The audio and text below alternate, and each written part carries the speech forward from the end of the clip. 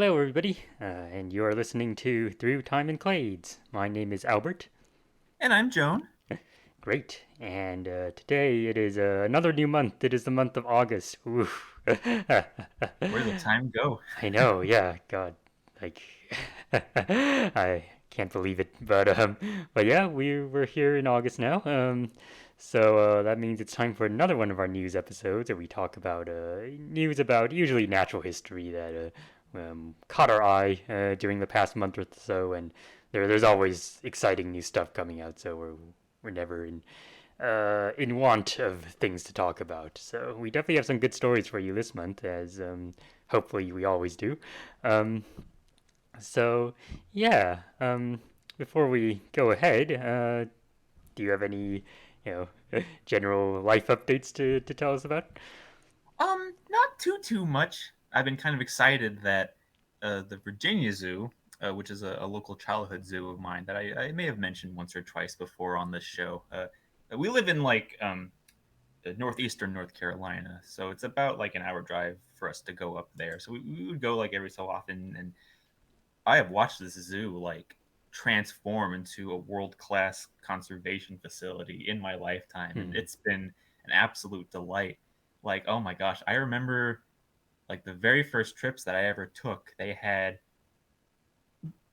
fairly standard zoo enclosures for like the lowest effort possible. Mm-hmm. Chain link fences for deer and these uh, large wooden enclosures that almost look like traditional bird cages where they would Mm-hmm. put rescued birds of prey.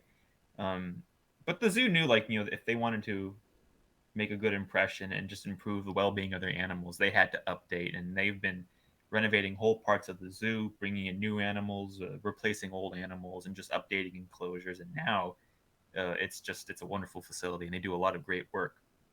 And one great sign of this was a policy from quite a few years ago Hmm. where they determined. I think this was like for the National Association of Zoos and Aquariums in particular, where if you had less than 3 elephants in your zoo, you either had to get more or sell them or move them to another facility that can handle them that actually has elephants.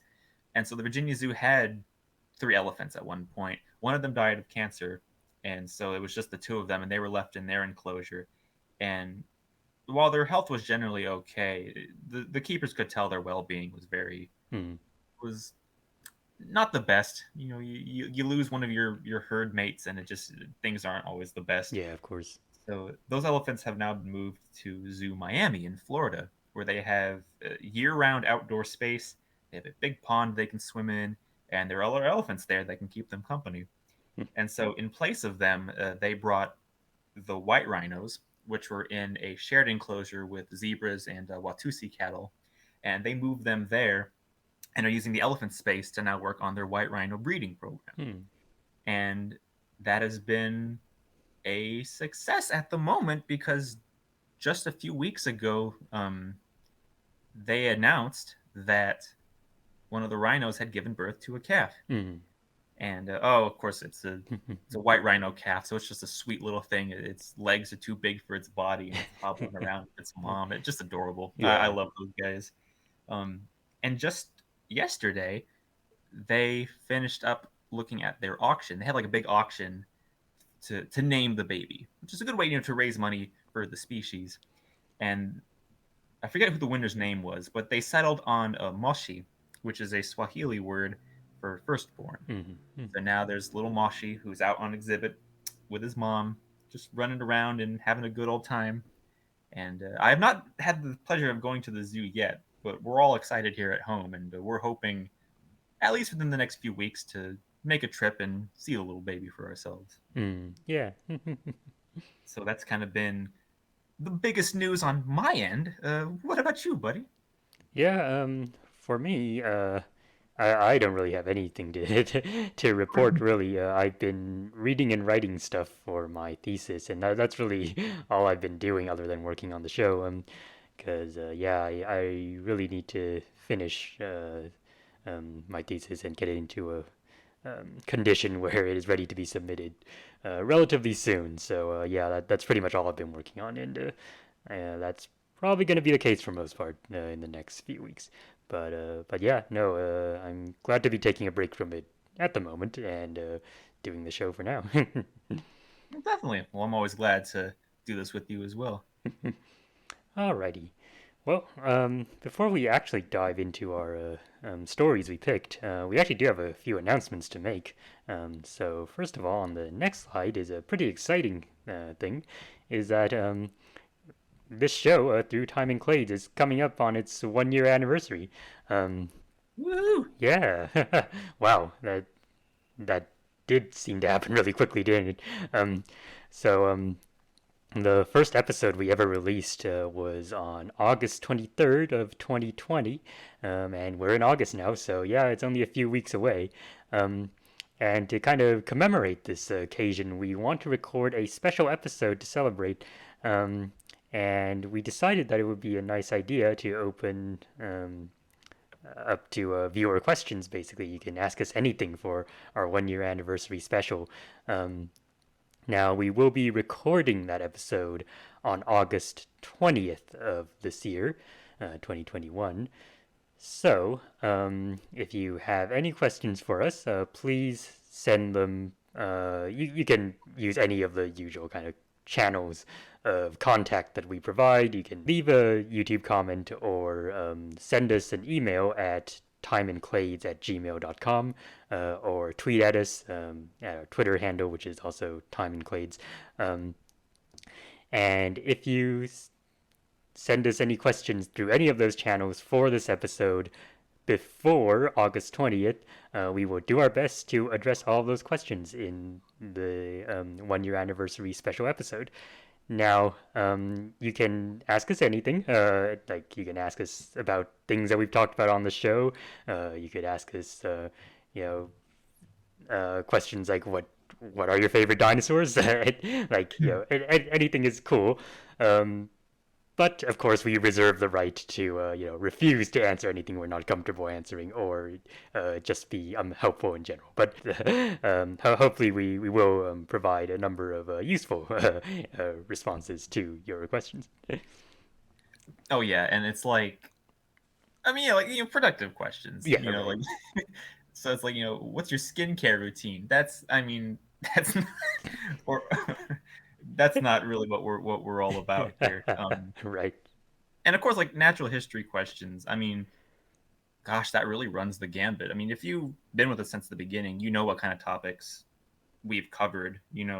Biology, botany, zoology, paleontology, of any sorts of organisms, anthropology, biological, cultural, archaeology. Um, yeah, we're more than welcome to look into those topics. Hell, if you got meteorology questions, we'll do our best. It's not really a topic we've covered all that much, but I mean, it counts. I think so, at Mm. least. But yeah, we are open to it. Absolutely.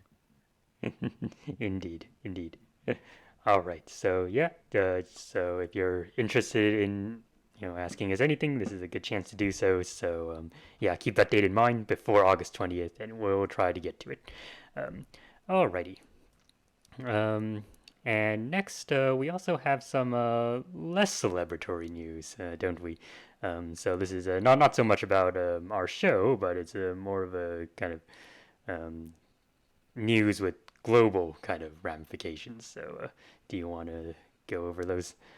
Yeah, no, I just wanted to briefly highlight these two crucial studies that have been released this month and last, that they really reveal some very worrying data regarding the climate crisis. Um, uh, we both spent a fair amount of time addressing the situation during our show, both in Humanity a Prologue and Dinosaurs a Second Chapter, among other venues, and making sure to provide accurate and up to date information on things. And I think I can safely say that we would be acting responsibly by continuing to do so. Um, but yeah, so like these two studies came to our attention fairly recently, and I think it'd be important that we at least address them in case people aren't aware. So first up, Luciana Gotti and colleagues have published a paper on July 14th regarding the Amazon rainforest, which has been on many conservationists' minds as a crucial region of the world in the fight against anthropogenic climate change. Um, when the team underwent a series of aerial measurements of CO2 concentrations, and that's about 590 in total within the lower troposphere, for four key spots across Amazonia between 2010 and 2018. Uh, and they have discovered that in recent years, the eastern parts of the Amazon rainforest has been releasing more CO2 into the atmosphere than it's absorbing through photosynthesis. Um, Now, given the massive forest fires that have been taking place, this is probably unsurprising, but it turns out that this is not necessarily the case. With the scale of deforestation that has been going on there, alongside the increasingly hotter and drier years in the region, the rainforest is now releasing CO2 even when there are no fires at all, or even like after a fire has passed through an area. Now, things are slightly better in the western Amazon, especially thanks to reforestation efforts, but that doesn't really alleviate the worry. Mm-hmm. And this is a huge concern because the Amazon has been, given so much attention because it acts as a very huge, or rather, it has acted as a very huge carbon sink. Mm-hmm. Of course, trees are very good at taking in CO2 and storing it. And when one of the world's largest carbon sinks is not doing its job properly, then you know something's up, and not for the better. And so, like the second paper now, Niklas Boers has just dropped this paper yesterday, like literally yesterday, and it came to my attention, and I had to talk about it. And it turns our attention now to the Gulf Stream, which is an ocean current that plays a key role in pulling and dispersing warm Caribbean water into the Arctic Ocean, which then sinks to the ocean floor and travels towards the Antarctic Ocean, thus acting as a moderator of global climate. Now, one of the many concerns about the effects of anthropogenic climate change regards the warming of the oceans, destabilizing the Gulf Stream current enough to slow or cease its function, which would be devastating for global weather patterns around the Mm-hmm. world. Well, says Boers, observational data, and that includes ocean temperature and salinity readings, is showing that signs of slowing and collapse are making themselves clear. Over the last 150 years, the general flow of the Gulf Stream has shifted, and the current itself has experienced significant destabilization, which is weakening it. And much of this is being tied to the melting of the Greenland ice sheet, which is dumping fresh water into the ocean Mm-hmm. right where the Gulf Stream meets the North Atlantic. And if you remember from Humanity a Prologue, some of the latter episodes of that series, this has caused this sort of event has happened in the past, and it's caused devastating changes that affected, the entire climate history of the world. Um, so at the moment, it's unclear just how much time is left with business as usual before the Gulf Stream weakens enough to shut down altogether. But the rate of destabilization has suggested to some researchers that we could very well see this during our lifetimes, Mm-hmm. which is just incredibly unfortunate. Uh, so yeah, with an Amazon rainforest pumping out CO2 and a Gulf Stream in declining health, these serve as vital warnings that crucial climate tipping points are being met uncomfortably fast. Mm-hmm. And I think that should provide some good encouragement for the nations of the world to act with swift pace towards helpful action away from disaster. Mm-hmm. Of course, I would hope. Um, but yeah, like, these are definitely things that have been brought to our attention fairly recently, and we're going to keep a tab on them for sure. But I just wanted to let you all know about the state of affairs going on at the moment. Right. Yeah. Uh, um, yeah, I don't have too much to add to that. You did a good job kind of giving an overview of these topics. Um, but it is it can really take a toll following news like this, because these seem like such huge problems, and they are such huge problems that no one individual can really fix on their own. But yeah, it's like you said, it definitely provides a sense of urgency to do what we can, and hopefully, you know, people, the nations of the world, can, um, come to an agreement and band together to, find solutions or these methods of mitigation, to make sure we do not plunge into the worst case scenario, or that's the hope at least. Um, Right. yeah, and we're working together is something our species is pretty good at. I mean, sure, we do have disagreements all the time, but it is something that has helped us reach a point, where we are now, and we have achieved some great things. And yeah, it's kind of like what we said in your finale episode of Humanity: A Prologue. So yeah, we definitely can do things to avert this crisis, and it's just a matter of actually doing it and convincing everybody else to do it as well. Yeah, absolutely. Um, couldn't have said it better myself. Alrighty then. With that in the kind of back of our minds, I think we can go on to some of our the actual new news stories that we picked out, um, and these will be a lot less gloomy, I think, for most part. Um, um, so we'll spend some time talking about dinosaurs and things, and everybody likes dinosaurs. Oh yeah.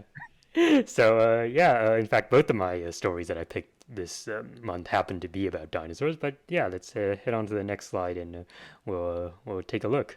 Um, so yeah, my first story is about the alvarezsaurs, and if you followed us from the beginning, you know I have a special affinity for alvarezsaurs. In fact, I feel like with these news episodes kind of have turned into my excuse to talk about alvarezsaurs, because of course I don't get to talk about them in Dinosaurs the Second Chapter, since that's only about modern type birds, and alvarezsaurs are they're kind of bird-like, but they're not they're definitely still a fair distance away from being actual birds. And so I don't get to talk about them in that series. But surprisingly, there have been quite a few new studies that have come out about them in the in the period of time that we've been doing this show, and so I've had multiple opportunities to talk about them quite a bit. Um, Yeah, I and if think it's safe to say that you can combine all your alvarezsaur studies, and that would be enough for like one whole episode on them. You might be right, yeah, you might be right. Yeah, and of course, my kind of cartoon avatar in this series, and in general, the one I tend to use online is an alvarezsaur, and my kind of handle Albertonicus is an alvarezsaur. So yeah, that tells you about how much I like them. Um, but yeah, so in case you are not familiar with alvarezsaurs, these were a group of theropod dinosaurs, so they belong to the meat-eating group of dinosaurs, and they're pretty closely related to birds, but not as closely as was once thought. In fact, when alvarezsaurs were first discovered, they were basically thought to be a type of early bird in the broad sense. So like even more closely related to modern birds and something like Archaeopteryx, and they were thought to be a group of like these weird flightless Cretaceous birds. Um, but now we have found a lot more alvarezsaur specimens, including kind of early representatives of their lineage that show that no, a lot of the features that seemed really bird-like in the later alvarezsaurs are actually examples of convergent evolution with birds, and that originally the earliest alvarezsaurs were not quite so bird-like, and so are actually more distantly related to birds than we thought. They're still like moderately close cousins, or they're closer to birds than something like a tyrannosaur is, but they're not as closely related to birds as say Velociraptor or Deinonychus or things like that.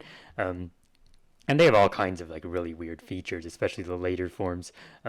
So most famously, I think, even though alvarezsaurs aren't really famous in general, but if you have heard of them, you probably know that their weirdest feature is that their forelimbs are incredibly short, but they have these massive attachment points for muscles on these forelimbs, and in addition, most of their fingers, so like most of the theropods in this part of the phylogeny, they tend to have just three fingers, but two of those fingers have shrunk down to like dinky tiny sizes, and in some cases they might have disappeared entirely, and so they only have this really enlarged claw on their thumb. So functionally, they basically only have one finger per hand, even if they don't actually. They just have really small other fingers for most part.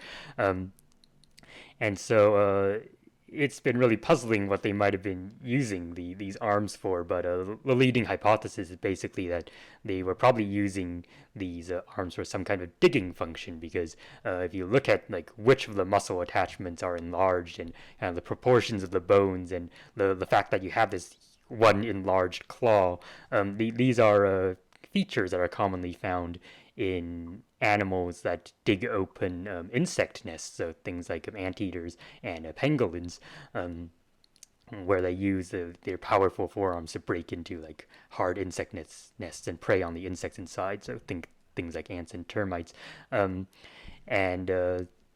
yeah, that does seem to be the most plausible model for how these alvarezsaurs were feeding, and there's some other lines of evidence that support that too.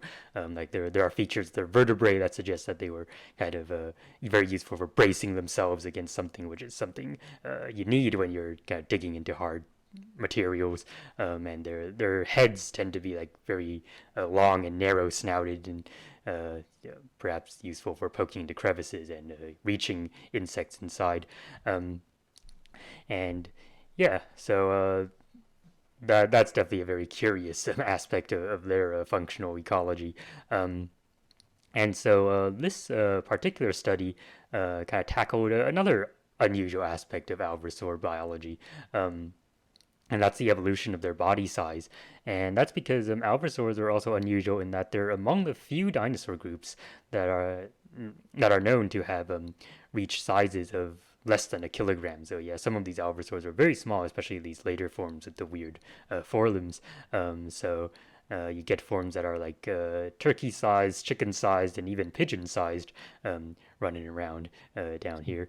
Um, and yeah, not many dinosaur groups reach those sizes. Like it is true that not all dinosaurs were multi-ton giants, and certainly the ones today aren't. So, of course, birds are one of the few other groups of dinosaurs that have reached such tiny sizes. But other than birds and alvarezsaurs and a couple of other weird groups, we don't really find many tiny dinosaurs. Um, and it is possible, of course, that since it can be difficult to preserve the bones of very small animals, that we simply haven't found a lot of tiny dinosaurs. But the thing is, we do find tiny animals of other sorts living during the Mesozoic during the same time as the Mesozoic dinosaurs, and yet we don't find many examples of dinosaurs that have reached those sizes. So it does seem to be a genuinely rare phenomenon for dinosaurs to have become this small, like less than a kilogram. Um, this study basically looked at the evolution of body size in alvarezsaurs, and hopefully shedding some insight on how and why they became so small. And what they did was that they estimated body size and the growth stage of a variety of alvarezsaur specimens. And the way they estimate a growth stage is that they take thin sections from the bones of several of these alvarezsaur specimens and look at them under a microscope. And because a bone is, in fact, a living tissue that changes over time as an animal grows, you can get clues as to how long an animal lived and how fast it grew by looking at kind of the microstructure of the bones in this way. And in some cases, people have even used this method to kind of estimate how long extinct animals were living basically bone often forms these growth rings, almost like a tree trunk, and people have used a method where they count the growth rings to try and estimate how old a certain animal was when it died. Now, I should stress that there was, in fact, another study, in fact, a couple of new studies that I think also came out last month that have actually kind of questioned the reliability of this method for estimating age in animals. Um, One of them basically found that if you sample different bones from the same animal, you can sometimes get different estimates. And another one, they tried to estimate the age of like living animals, for which we know the age of from their bones, and they found that they often they were often off by a little bit when they used this method compared to the actual known age. So there are some caveats that need to be kept in mind. But even so, you still can get a lot of interesting information regarding the growth of an individual animal by looking at the bone microstructure.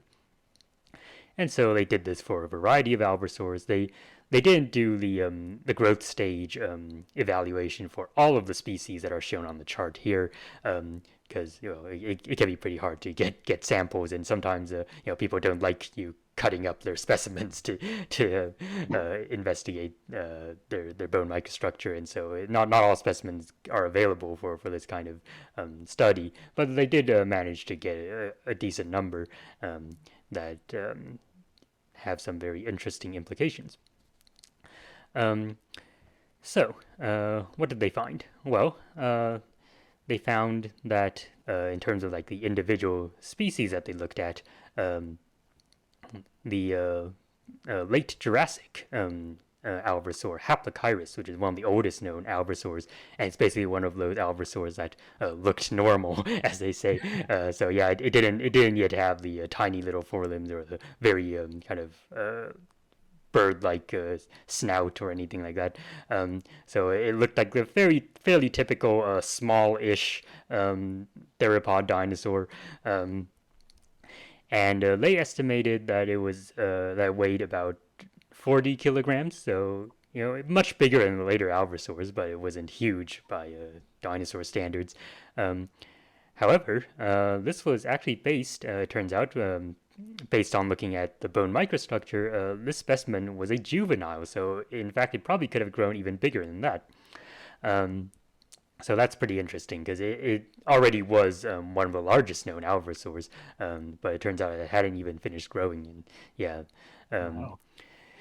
but meanwhile, they also looked at some of the smaller known alvarezsaurs, so some from the late Cretaceous, like Albinicus and Shishanicus, and these alvarezsaurs have been estimated to be around a kilogram or smaller than that. And looking at their bone microstructure, it turns out that these, despite being really small, were in fact based on adults. So they really did get to very, very small adult sizes.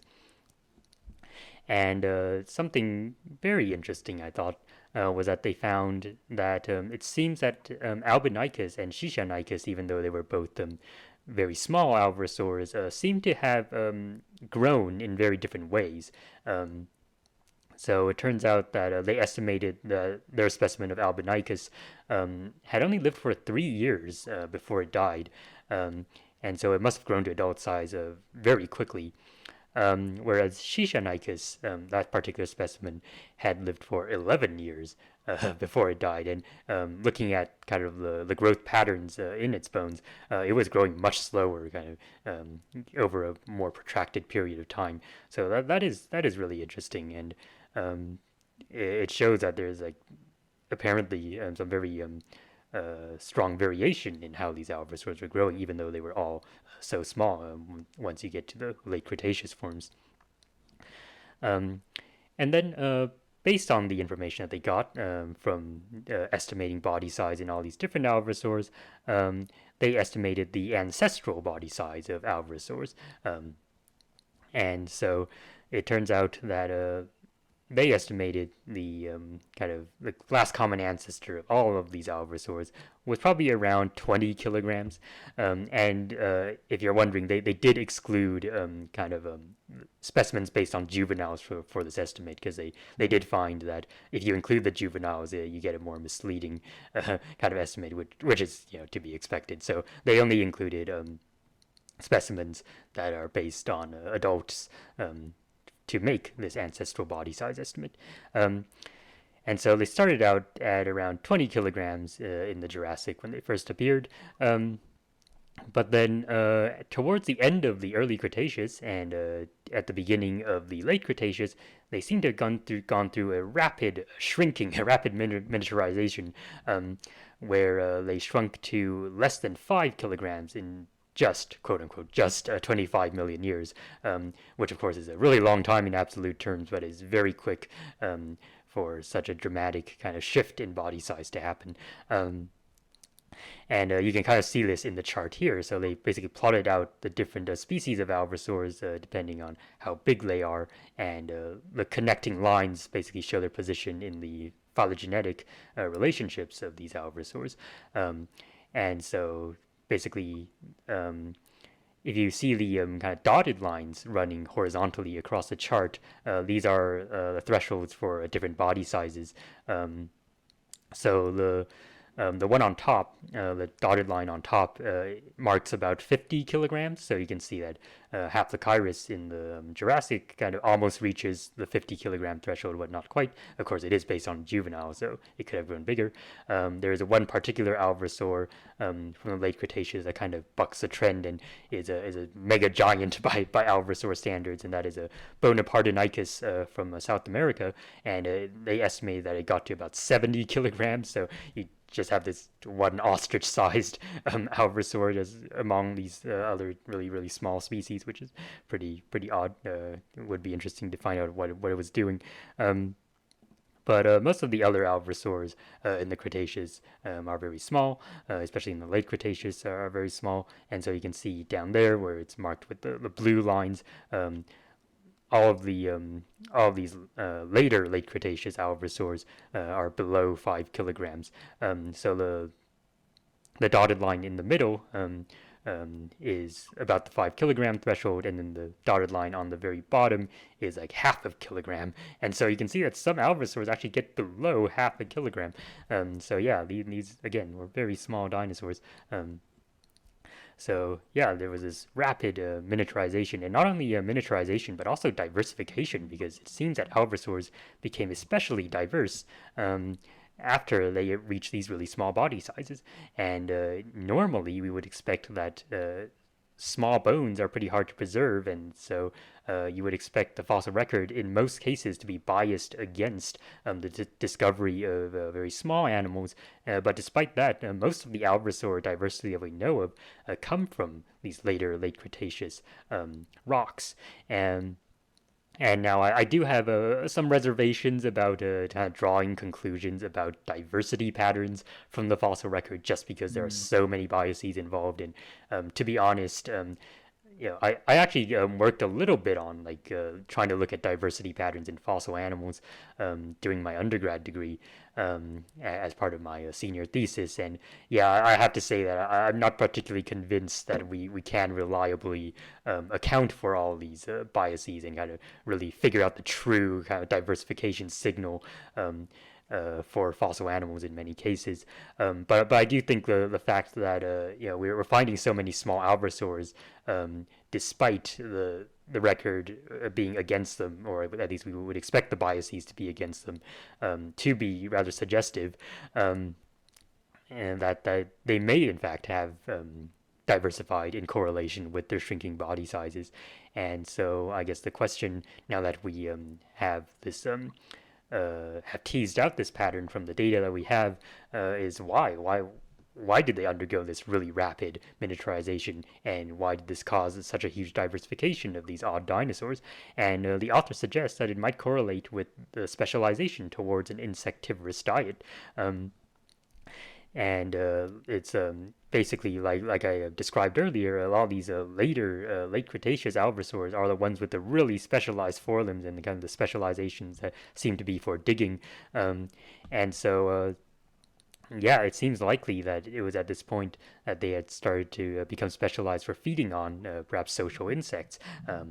And this might fit well with a phenomenon called the Cretaceous terrestrial revolution that has been identified in the fossil record. And basically, this describes how a lot of the terrestrial fauna during the Cretaceous basically became modernized. And well, you might think that's pretty odd because obviously we don't have like tyrannosaurs and ceratopsians running around today.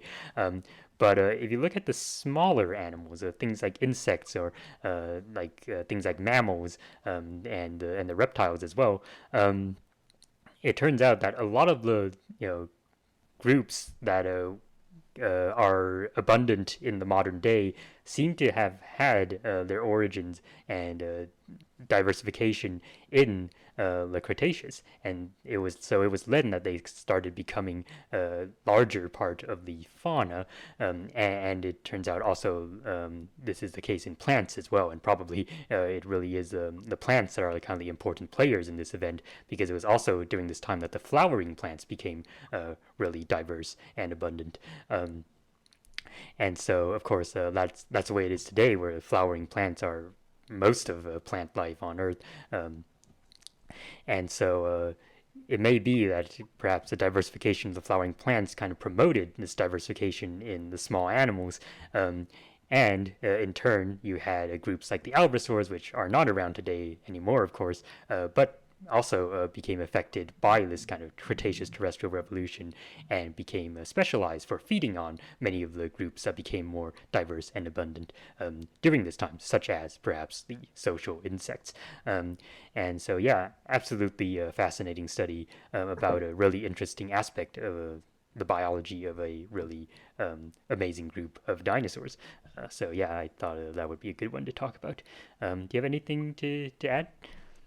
Yeah, it's definitely fascinating. I think just like in the global context of the changes that were going on with the flora and the fauna during the time, Mm-hmm. it's certainly a far cry from what I grew up with, reading about how the modernization of plants and smaller animals towards the end of the Cretaceous period was supposed to be a bad thing for the dinosaurs who had Right. been, so used to eating ferns and conifer needles that all these flowers started blooming and they all starved because they were out competing all the conifers and whatnot, and that was supposed to have contributed to their decline, Right. right? Right.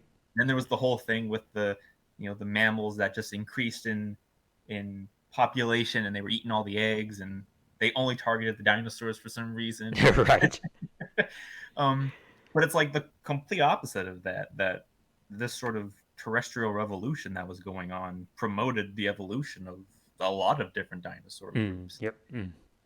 including these little guys, which that's really fascinating to think about. And yeah, like it definitely makes sense in that sort of light because as I understand it, yeah, social insects, ants, bees, termites, or rather ants and termites in particular, they had really been coming into their own towards the latter half of the Cretaceous period. Mm-hmm. Mm. Their origins about it's like 100 million years ago or so that we start getting good fossils of those guys. Right.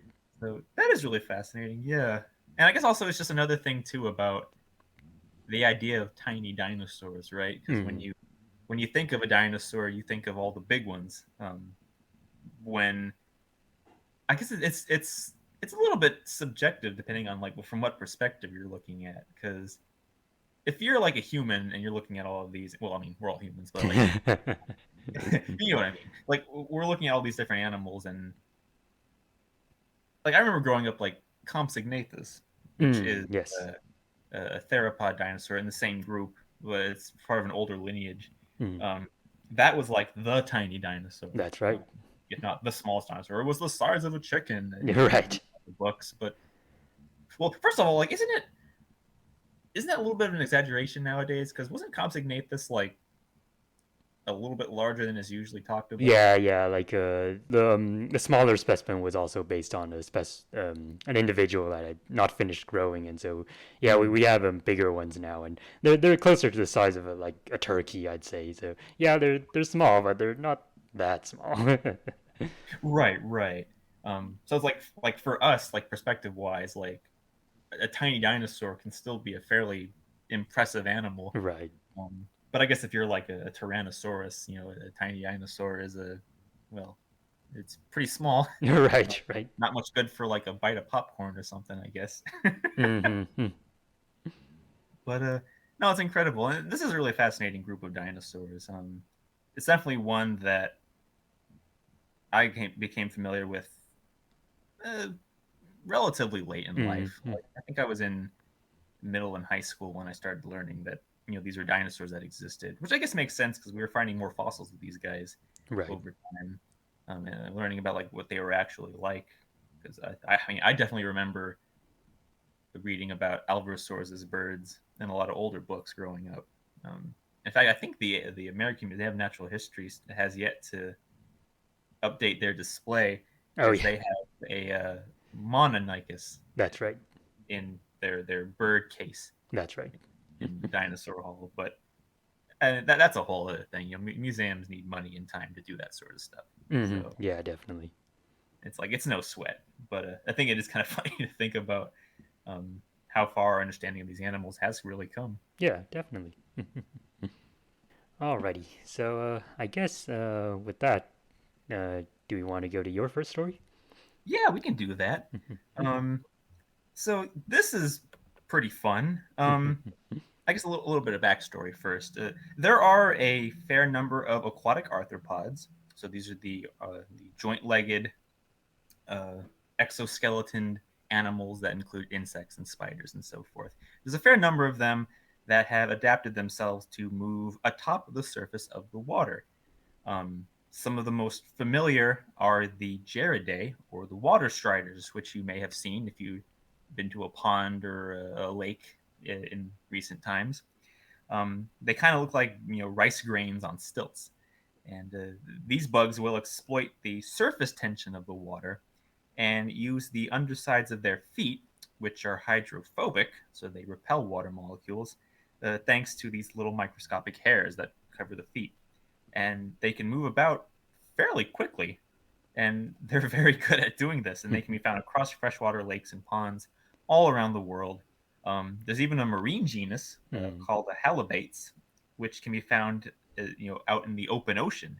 And to our knowledge, it's the only kind of insect to have ever done so. Mm-hmm. The ocean is sort of the realm of their larger relatives, the crustaceans, to which insects are technically a part of. That's a Mm-hmm. whole other story.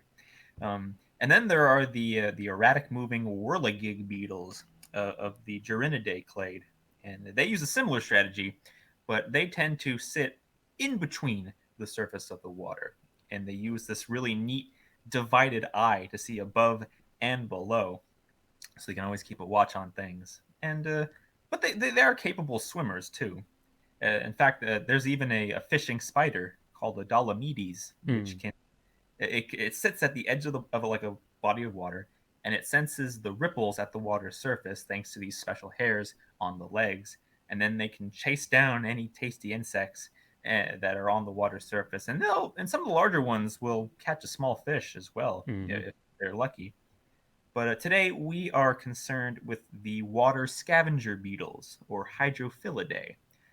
They are not exclusively aquatic, nor are they all scavengers, but they are known for their fascinating adaptations to water living. Mm-hmm. They move by flipping their legs in an alternate fashion, and after diving, they can simply poke their head out of the water and use their antennae to trap air and store it on their abdomen to help them breathe under the water, kind of like a scuba tank.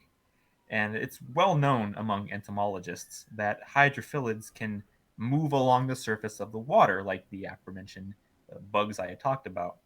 But what has been relatively unknown until this paper by John Gould and Jose Valdez is that at least one species is capable of moving underneath the surface of the water upside down. As you can see by this lovely footage here. Um, the duo were doing field work in the Watagan Mountains of north southwest Australia when they stumbled across this beetle that was moving around in a nearby pond. And so the video here, which was taken a sample of, shows what the two were able to record. And as you can see, the animal is moving about fairly comfortably with the ends of its legs making these deformities at the water surface, which is typical of aquatic insects. Um, but the movement is very smooth. It's not making any ripples or splashes. And at no time does it dive deeper or come out of the water Mm, throughout all this observation. So Gould and Valdez noted that the beetle was breathing through one of its trademark bubbles on the ventral side of the abdomen, in between it and the water surface. And there's the sheen in the video where you can kind of see that. And I took a screenshot of one of the clips, and you can mm, make that out too. That's the little white sliver on yeah. the middle. Mm, Um, this feature may be the key to how this beetle is able to move like this. The authors speculate that the bubble acts as a reverse buoy. It pushes against the water surface and thus gives the beetle the support it needs to move its limbs and travel. Now, it may also be that the limbs have hydrophobic properties, or that they too have features that trap air bubbles and use them as support, like some other beetle groups use. But this is unclear at the moment, although the authors do note that in the video, it's possible that the light reflections on the end of the beetle's feet, which you can also kind of see in the screenshot, might just represent those bubbles mm, that were being speculated about. Gould and Valdez do give an alternate hypothesis now that the beetle was just using like a biofilm or a chemical on the water surface that was helping it move about in this way. Although at present they weren't able to really detect any such thing when they were recording the beetle, but it's a possibility that can't be ignored. mm, Um, Now, just why would a beetle move about like this in the first place? Well, it might have something to do with defense against predators. The authors state that any underwater ambush predators would have a difficult time sneaking up on a beetle if it's able to see them by mm. moving upside down. Um, and the same does hold true for aerial predators.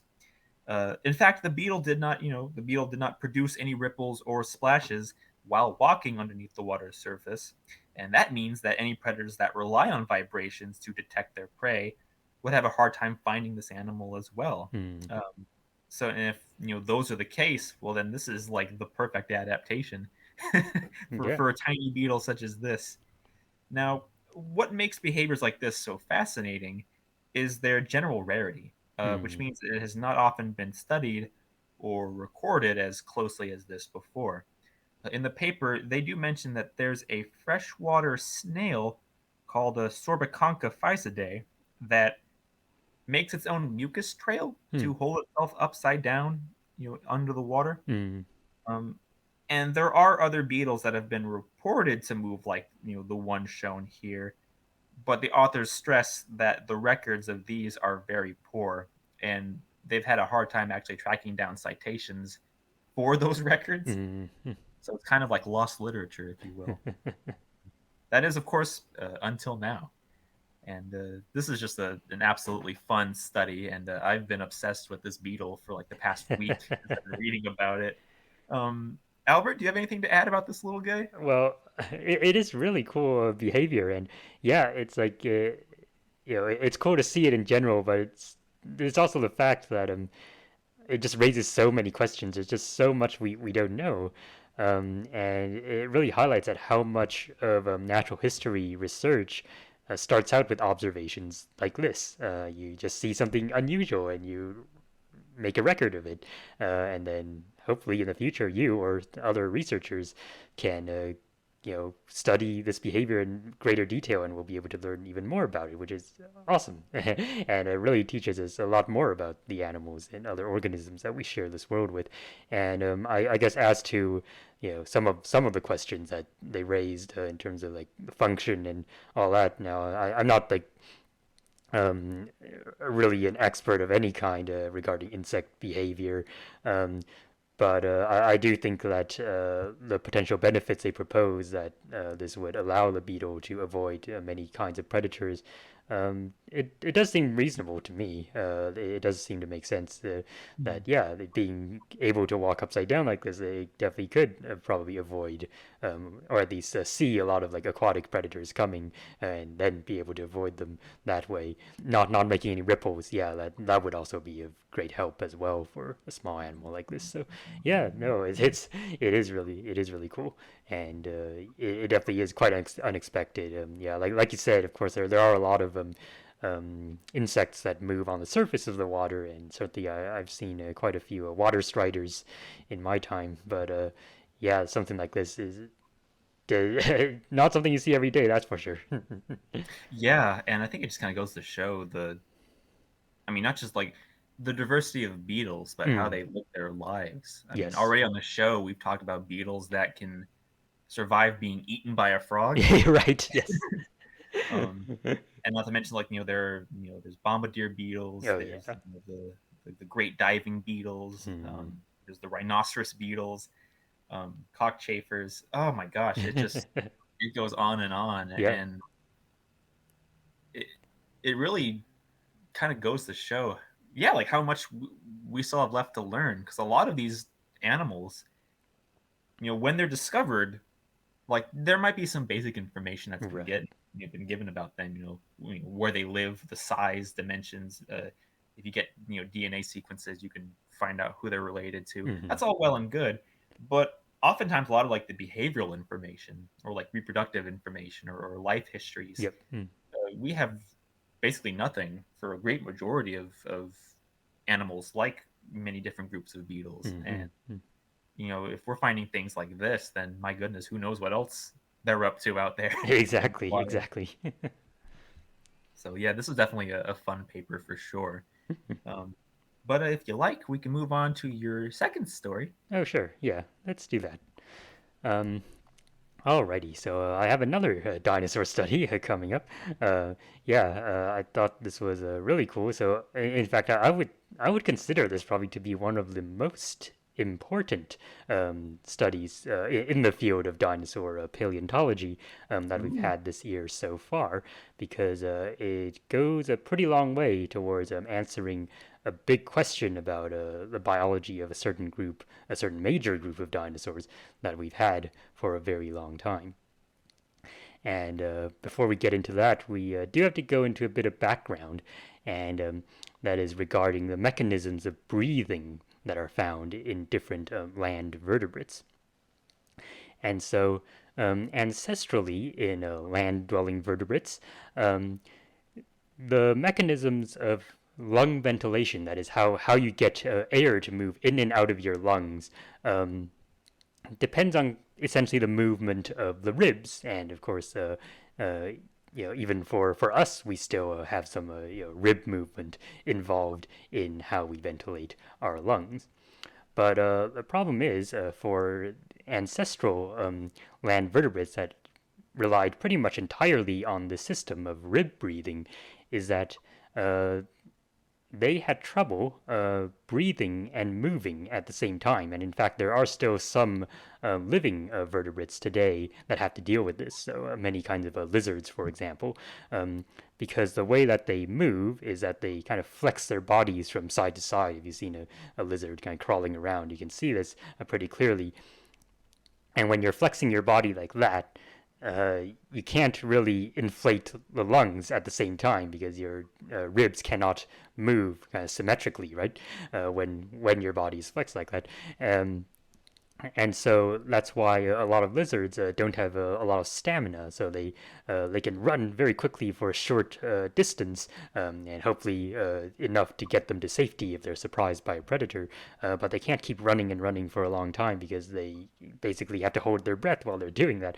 Um, and so many groups of land vertebrates have evolved mechanisms to kind of avoid this kind of constraint. In fact, this constraint has a name. It's called a carrier's constraint, after the scientist who first described this phenomenon. Um, and so a number of different vertebrates have found ways to get around it. So for us mammals, the way we have of getting around this is a muscle called the diaphragm that kind of sits, below our chest cavity, and when it flexes up and down, it kind of uh, allows the lungs to expand and contract as it does so. And so air can be pulled in that way without necessarily having to rely on just the kind of flexion of the ribs. And so mammals can have very very high endurance. And they can keep running for a long time in many cases. Mammals no longer have the kind of side to side motion of the spine when they're running as well. So that also is a great help. So the diaphragm is how mammals kind of cheat carrier's constraint, as they say. Whereas in a group of reptiles called the archosaurs, the group that includes birds and crocodilians, um, they seem to have hit upon a somewhat different mechanism of ventilating the lungs. It is thought that ancestrally, the living archosaurs kind of modified the system, as we shall see, but ancestrally, the way of lung ventilation involves not just the kind of main ribs that we think of coming out of, attached to the spine, but also the gastralia. And these are a series of rib like bones that line the belly in many vertebrates. Now, we mammals don't have gastralia. But most reptiles do, and so did the ancestors of mammals, actually. So if you think about early synapsids, like Dimetrodon, they had gastralia as well, but along the mammal lineage, the gastralia were lost. But in any case, in ancestral archosaurs, there are features of the anatomy of the gastralia that suggest that these were probably involved in lung ventilation, and basically there would be muscles on the hip that would be able to pull the gastralia downward, and then as they did so, the body cavity would inflate and allow the lungs to inflate with them. And so that became a mechanism of lung ventilation, that did not solely rely on just the rib cage. Now, in modern archosaurs, they have kind of changed the system up a little bit. So in crocodilians, which still have gastralia, the gastralia do not contribute a huge amount, even though there is still some gastralia movement when they're breathing, but they don't contribute a huge amount to lung ventilation anymore. Instead, they have evolved basically a liver pump system, which is kind of interesting, is that their liver actually moves back and forth, basically pulled by muscles in the back of the body, attached to the hip. The liver moves back and forth, and that allows the lungs in front to contract and expand as it does so. And so that's the way they've kind of developed a very sophisticated breathing system that avoids carrier's constraint. And in modern birds, the gastralia have been lost, and instead birds have a very large sternum or breastbone, and that kind of moves up and down and ventilates the lungs that way. And something else that's very unusual about birds is that their lungs themselves don't expand and contract at all. Their lungs are immobile. And they are kind of attached to the bottom of the rib cage on top, and just kind of sit there statically. Meanwhile, air is pushed through them with a system of air sacs that are connected to the lungs. So there are all these kind of air sac extensions that are coming off of lungs, and these air sacs do not play any part in actually absorbing oxygen or any kind of gas exchange. what they do is that they help to pump air through the lungs, which itself cannot move, whereas it is the air sacs that kind of inflate and contract and move the air through the system, and all of that is kind of driven by the movements of the very large sternum below. Um, so, yeah, that's a pretty unusual way of breathing, but it is a pretty effective one because birds have a very efficient breathing system, much more efficient than ours. Um, now, as for their extinct relatives, so we do have evidence that the lungs were at least partially immobilized and had air sacs attached to them in sauropodomorph dinosaurs, so like the long-necked plant eaters like Diplodocus and Brachiosaurus and so on, and also in non-bird theropod dinosaurs as well, the meat-eating dinosaurs. The shape of the ribs basically tell us if the lungs were likely to be attached there. And so we find this distinctive kind of anatomy in non-bird dinosaurs, and so we can infer that their lungs were at least partially attached to the rib cage and partially immobile. And as for the air sacs, in birds, the air sacs are very extensive, and so they actually reach inside spaces in the bone. So there are openings in many of the bones in birds for air sacs to fit into, and this is the reason bird bones are hollow, that they're filled with air, is that they have room for these air sacs to fit into. And we find these same kind of openings in sauropodomorphs and in non-bird theropods. So we can infer as well that they had this very bird-like breathing system with at least partially immobilized lungs and also air sacs attached to those lungs. Um, Now, early sauropodomorphs and also most non-bird theropods had quite extensive gastralia instead of a very large sternum. So it seems that they kind of have a hybrid system where they still use the gastralia to ventilate the lungs, but they also had this system of air sacs and partially immobilized lungs that are helping to move the air through the system. But when it comes to like essentially the final major group of dinosaurs, the ornithischian dinosaurs, their breathing system has been pretty much a complete mystery. And so the ornithischians are also called the quote unquote bird hipped dinosaurs, even though birds are not ornithischian dinosaurs. Yeah.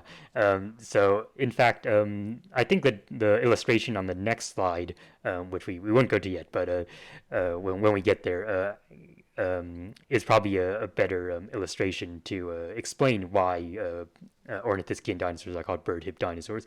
But basically, short version here is that ornithischians convergently evolved a hip structure that kind of looks like those of birds. However, birds themselves are not ornithischian dinosaurs, even though birds are dinosaurs and have bird hips. Yeah, it's confusing, but we're kind of stuck with those names now.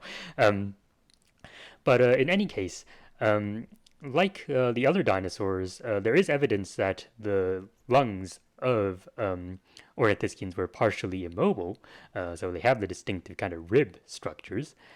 But bird-hipped dinosaurs don't have any evidence of gastralia, well, until this study. Um, and they don't have any evidence of extensive air sacs, so they do not have those hollow spaces in the bones that we see in the other types of dinosaurs.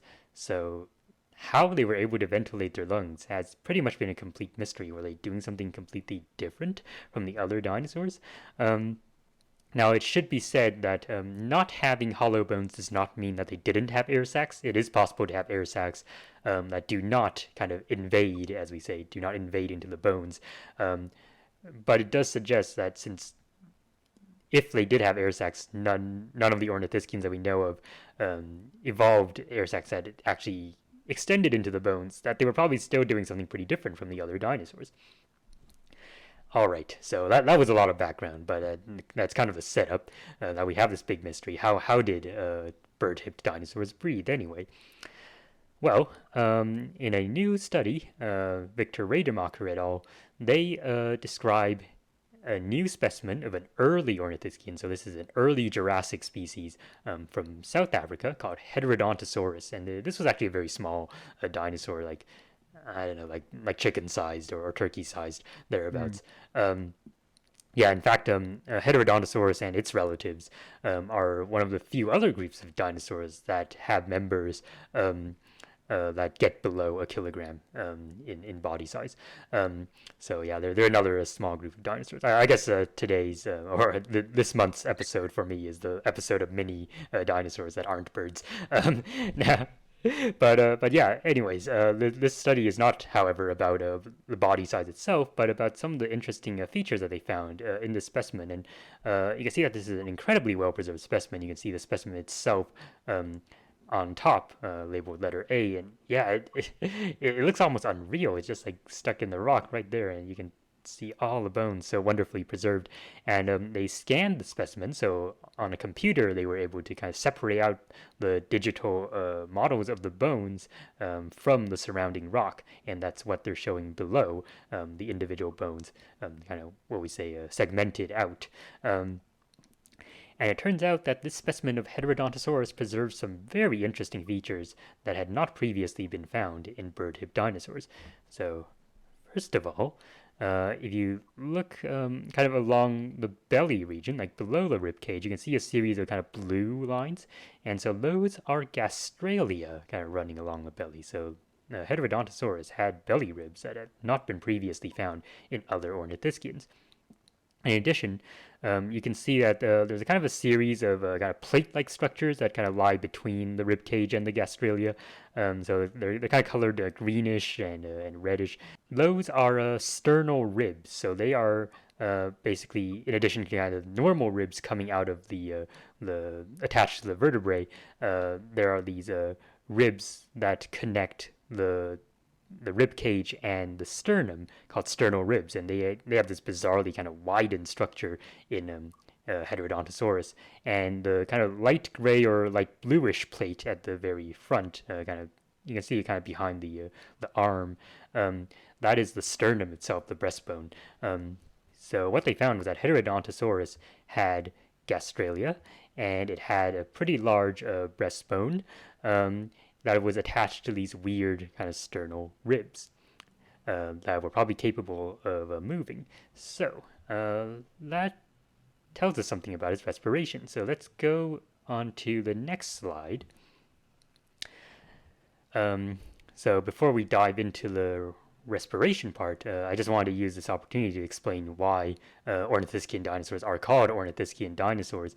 And so you can see a series of kind of comparison images of the three dinosaurs on the bottom, from B to D, are different types of ornithischian dinosaurs.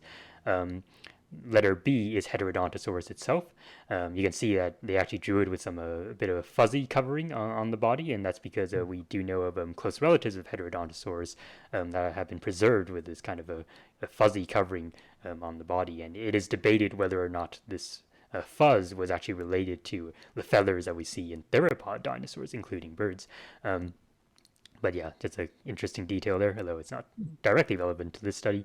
And then down below are two later species of ornithischian dinosaurs, including a duck-billed dinosaur on the bottom there. So that's a very well-known group of ornithischians.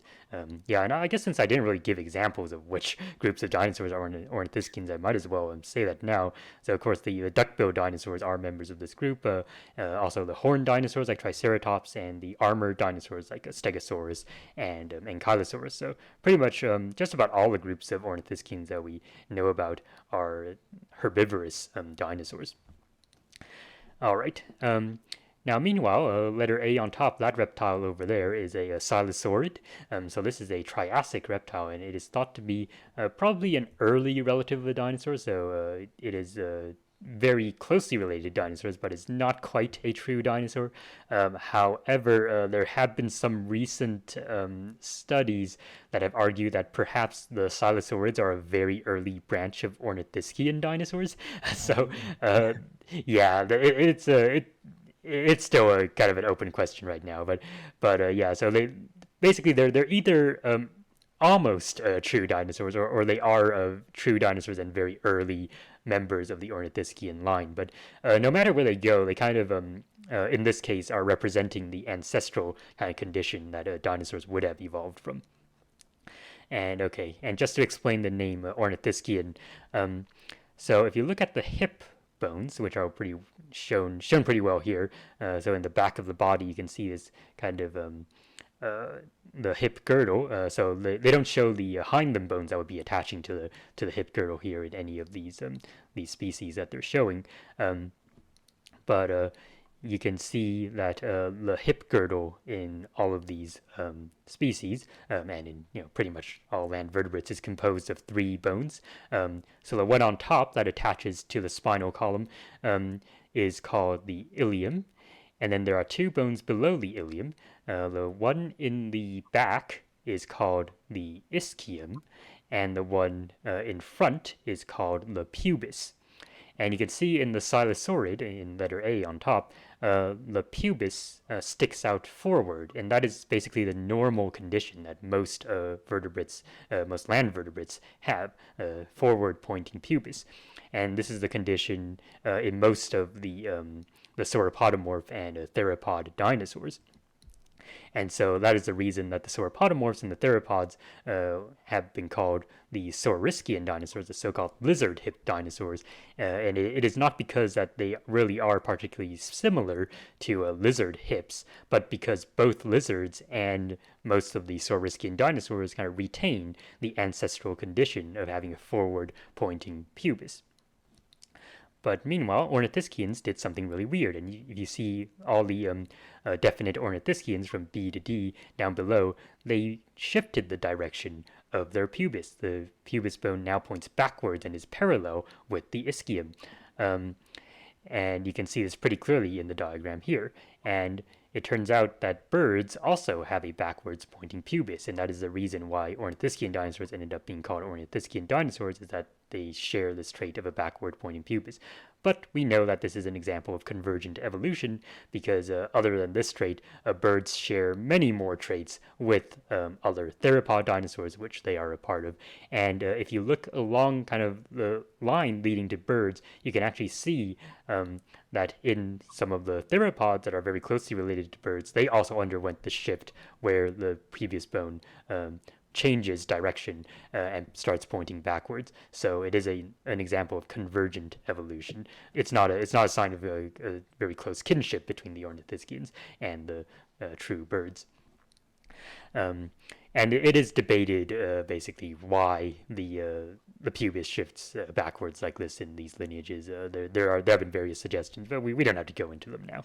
Um, all right, so yeah, that kind of is an explanation of why ornithischians are called ornithischians. But let's get back to the breathing and what this study found regarding Heterodontosaurus. Um, so what they found was that Heterodontosaurus had gastralia, and it had these large sternal plates, large breastbones, that are attached to the rib cage with these mobile sternal ribs. Um, Now, the gastralia are reduced compared to the ancestral condition, as you can see if you compare Heterodontosaurus here to the Silosaurid up there. Um, but the gastralia are still there.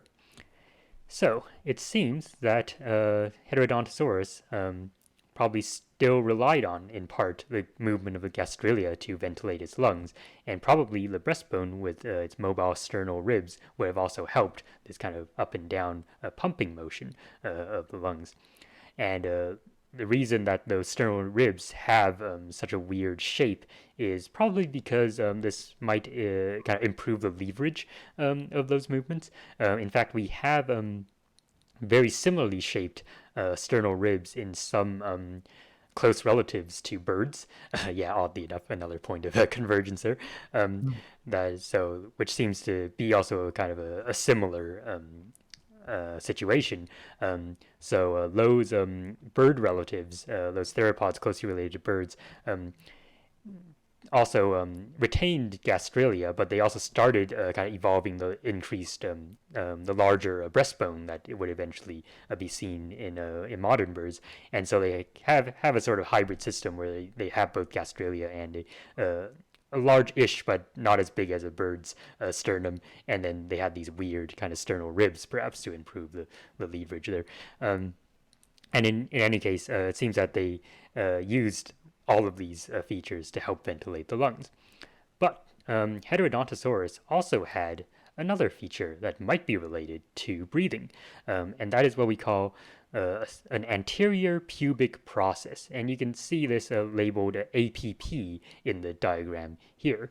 So you can see that the main shaft of the pubis indeed points backwards, but there's a little projection in front of the pubis. And it is found, yeah, in pretty much all ornithischians, and it becomes especially large in later ones. And people have argued about what could this structure be for? And some people have suggested, oh, maybe it was to anchor muscles for locomotion, because of course many muscles for locomotion attached to the hip. But the authors of this study considered that and said that essentially they couldn't think of any muscle that could be attached to that area that would be of significant help in locomotion. And they suggested, because of the trend that I'll describe shortly, that perhaps the anterior pubic process in ornithischians instead anchored muscles that would be pulling on the lung instead. That is really interesting. And so what they're proposing here is that the lung was partially immobilized. So you can see the kind of reddish region of the lung. You can see the red and blue um, oval in these diagrams. That's basically supposed to be the lung. The reddish region of the lung is immobile. Because, again, we do have evidence that the lung was partially immobile in ornithischians, but the blue region of the lung might have been mobile. And they're suggesting that in ornithischians, they evolved this anterior pubic process to attach muscles that would pull on the lung. And so in Heterodontosaurus, it had gastralia, it had a large sternum, and it had a small anterior pubic process that all would have kind of helped inflate and deflate the lung while it was breathing. And then, if you look at later ornithischians, you'll see that the gastralia are lost. So we don't find gastralia in any of the later ornithischians. The sternum becomes a lot more simplified, and in fact, in the very highly modified ornithischians like the duckbills, the sternum doesn't seem to retain a connection to the rib cage at all. And meanwhile, the anterior pubic process becomes bigger and bigger and bigger. And so it might have been that the ornithischians, as they evolved, became more and more reliant on this kind of the muscles attached to the anterior pubic process for ventilating the lung, and kind of got rid of the ancestral system of using the gastralia. So yeah, that is super fascinating, and in many ways, this is kind of analogous to both the diaphragm that we have. So we also have, kind of a muscular region behind the rib cage that helps inflate and deflate the lungs. And it's also kind of analogous to the liver pump system in crocodilians, where the kind of the movement of the innards back and forth behind the lung helps in this process. And so it's a very different one from the system that the sauropodomorphs and theropods ended up using, but it does have analogies in other groups of vertebrates. And this is quite interesting also because people have suggested, based on the essentially the structure of the rib cage in duckbills, that maybe they had a diaphragm-like structure in the back, you know, behind the rib cage to help with their breathing system, and this study kind of supports that. So yeah, that's pretty cool. And so this one really nice specimen of Heterodontosaurus, might have just helped us answer a really like a decades-long mystery that we've had about ornithischian dinosaurs, one of the major groups of dinosaurs for a long time. All right. Um, so that was a pretty long explanation, but you know, I think it's a pretty cool study. Do you have any other thoughts, Dad? No, I agree. It's a remarkable study, and I think you did a very good job summarizing both the breathing history of land vertebrates and the situation with ornithischians. Oh, thanks. Yeah. Wow. I don't know what else to add. Just I think it's incredible that we've gotten much closer to solving this mystery Mhm. than ever before. Um, yeah, in my readings about dinosaurs, I definitely remember this being a point of concern, Mhm. given the lack of fossils and evidence for like the breathing anatomy of these animals. But I think it's kind of fascinating to see this sort of, I don't know if I'd call it convergent evolution, but like this almost convergence with mammals that you described. Right, right, Like they invent their own kind of diaphragm right. like thing to help them breathe. Yeah. Um, and yeah, I guess like that would make sense regarding hadrosaurs and their at least the ones with the big nasal crests that Mm. you know have been hypothesized to have been used for like vocal purposes, and Right, right. that would certainly help. Yeah. Um, but no, that is an incredible study. I agree. Alrighty. So, I guess with that then, we can move on to our final story.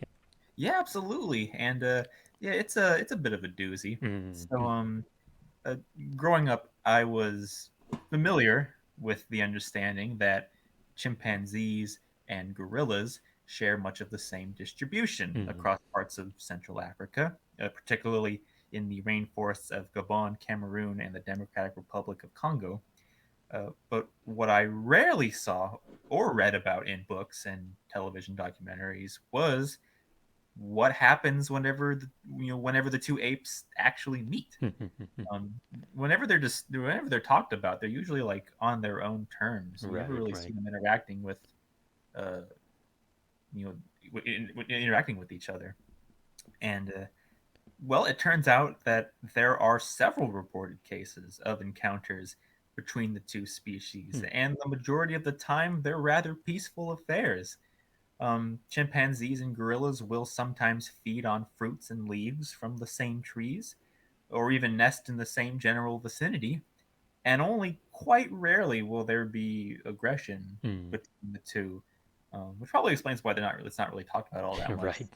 It's not, I guess, it's not exciting. Just two animals happen to meet up, like, oh hey, we're hungry too, let's eat. Right, right.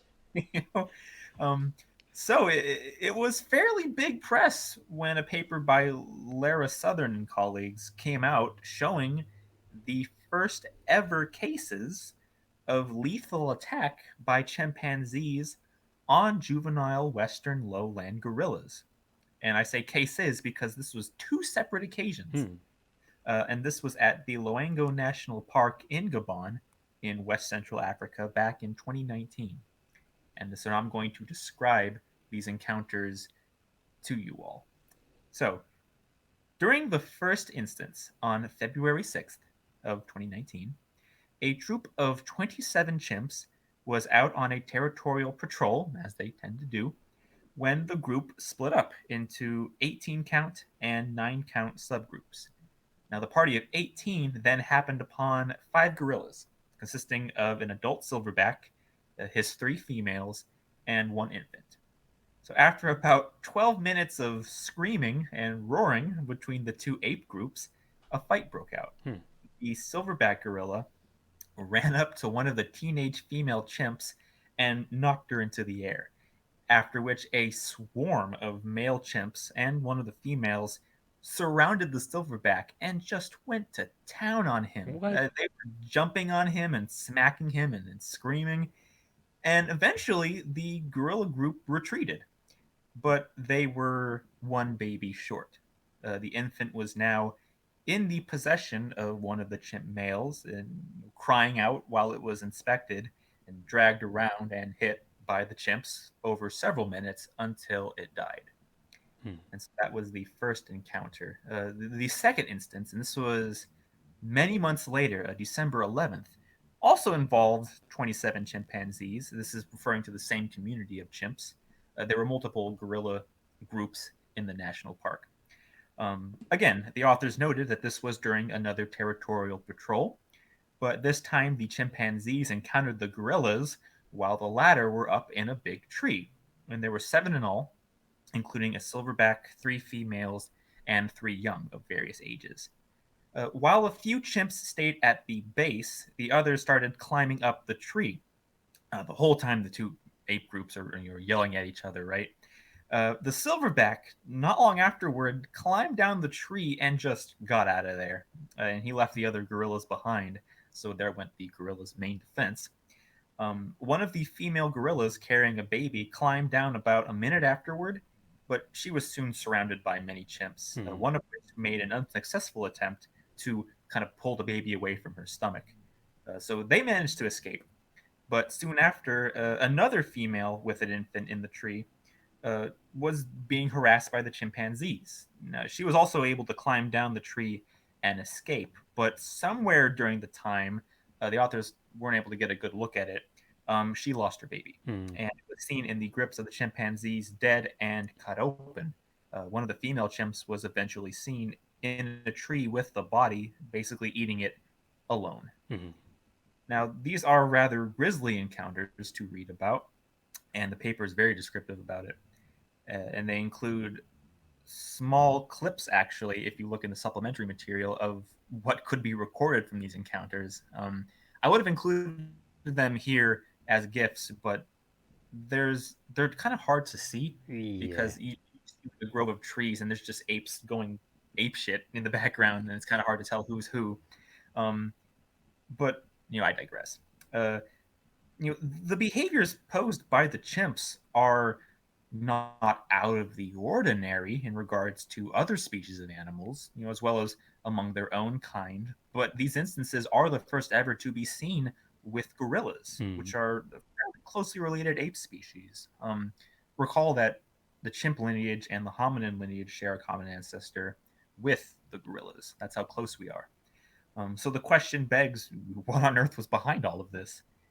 Well, at the moment, Southern et al. State that the causal factors behind the events are ultimately unknown, but they do go through a few possibilities with varying degrees of plausibility. One possibility that seems to be the least likely is that the chimpanzees were hunting opportunistically, seeing an easily attainable source of meat through the baby gorillas. However, none of the observations seen by the researchers suggests that the chimps were engaging in hunting behaviors, and recall that in only one instance was a baby killed and eaten. Hmm. And even then, it wasn't shared by the one female who was biting into it. Usually, when meat is taken by chimps, they kind of share it around the group. It's actually really funny to see. You'll see the chimps in the tree.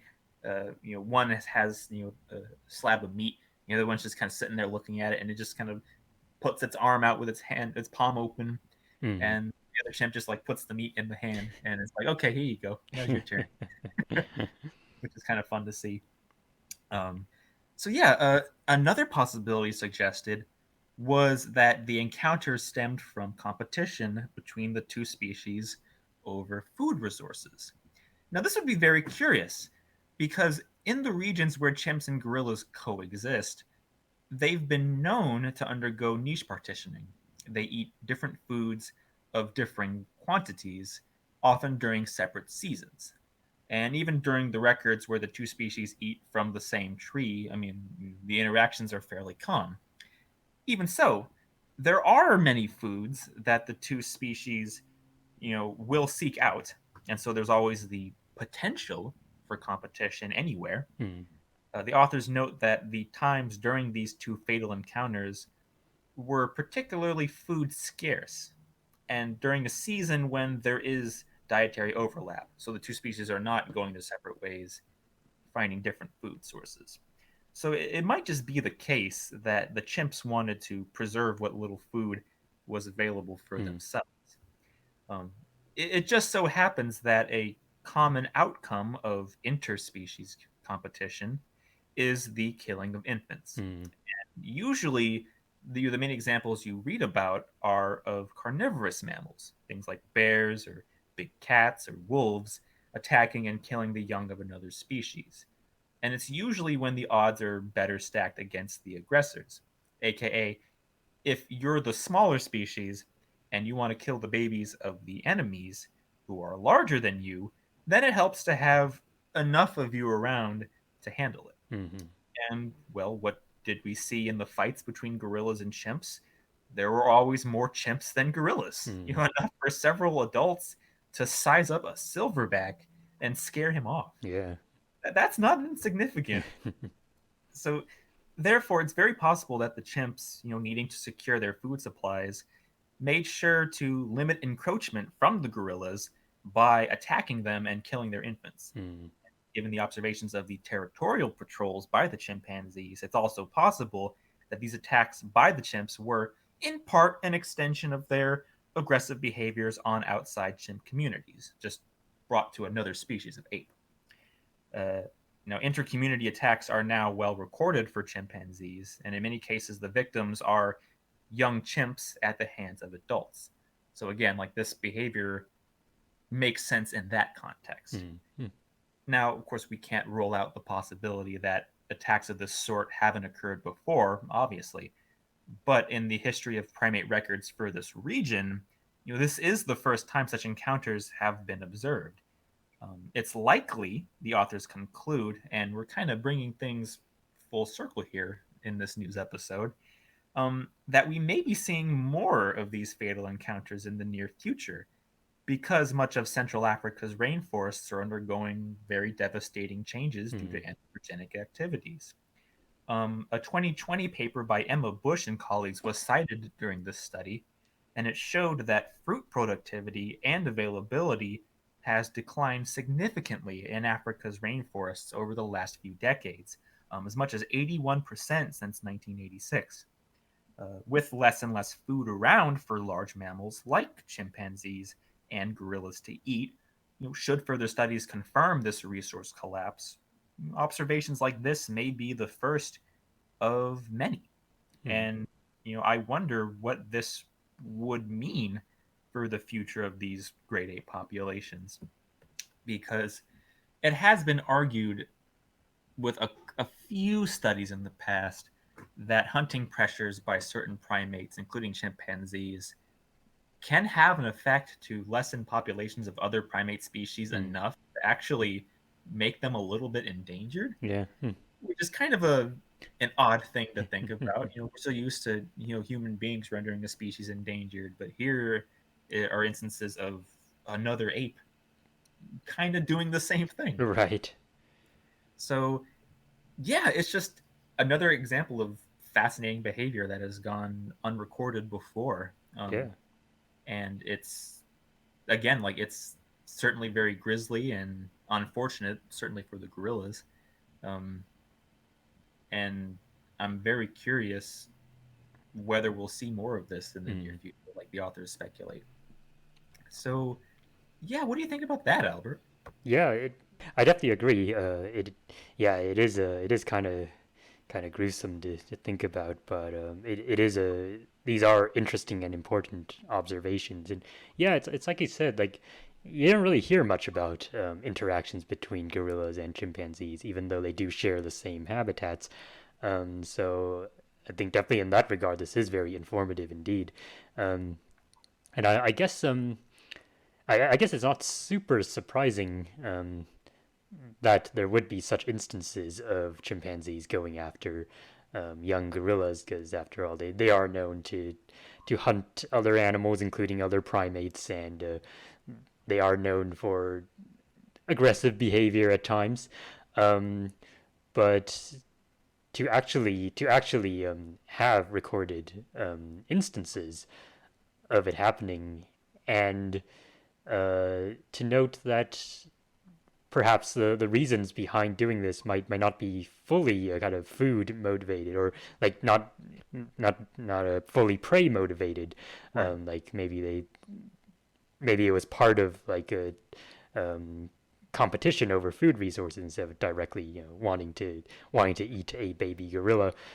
That that is really interesting, and yeah, I am also curious to see whether there will be more observations of this sort happening more commonly in the future, which perhaps would be another warning sign regarding the changes that we're enacting on the natural environment. Definitely. And yeah, again, definitely cause for concern. Mm-hmm. Um, like it's certainly fascinating in a number of different ways. Uh, yeah, definitely, definitely. But yeah, I guess in that case, we have concluded our news stories for the day. Um, if we go to our next slide, we have our usual announcements. Of course, we are on Patreon now. We are at patreon.com/time and clades. If any of you listening are interested in giving us some support for this series through monetary donations, you can click that link, and we have a number of different tiers. that kind of offer incentives for those helping out. You get your name shouted out during our series, or you can contribute, perhaps topics that we can cover in future episodes, um, and all that sort of thing. And monetary amounts are varied. Like if you have just like I think it goes to like just a dollar at minimum. That's any little bit helps for sure, because of course your contributions will help us continue this series and develop new projects and expansions, like for example our anniversary special, among other fun things that we have planned. And of course, as per our current Patreon at the moment, my sister Julie Gaines, this is her shout out, and we thank you again, sis, for helping us out for the show. And of course, we want to also acknowledge our good friends Henry and Alicia for their contributions to the series. Henry, of course, is behind the theme music for our series, and Alicia developed Albert's color scheme for his alvarezsaur avatar. And of course, if you want to follow us for updates, we are on Twitter at Time and Clades.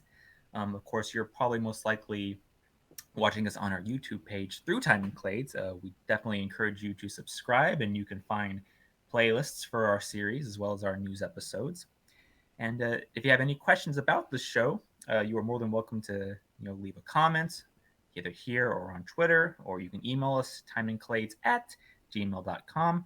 Of course, again, as stated, we have our 1 year anniversary special coming up. Yep. And so we are definitely looking forward for questions this time around.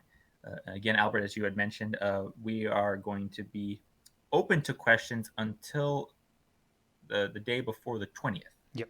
of this month, because that's when we record. And we want to have enough time to look into all your questions and provide some fairly good responses, or not so good responses. Depending. Yep.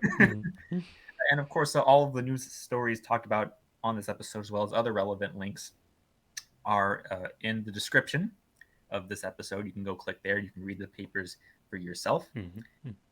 And with that, let's see. I believe next week we come to the finale of Dinosaurs, the second chapter. Is that correct? Oh, yes. Yeah. Exciting. Yes. I have been putting that episode together. And yeah, we're going to get to the end of Dinosaurs, the second chapter, our series on bird evolution. We will be covering the passeriform birds, the so-called perching birds, and they include about 60% of all living bird diversity. So we're going to try to breeze through 60% of bird diversity in our final episode. And the reason I kind of arrange it like that, I will explain in the episode itself. But yes, it will be a big one, and hopefully we can, pull it off and give it a grand finale, basically. Yeah, and we're looking forward to that for sure. But until then, we thank you all for joining us again. And until next time, take care, everybody. Have a good one. Stay safe.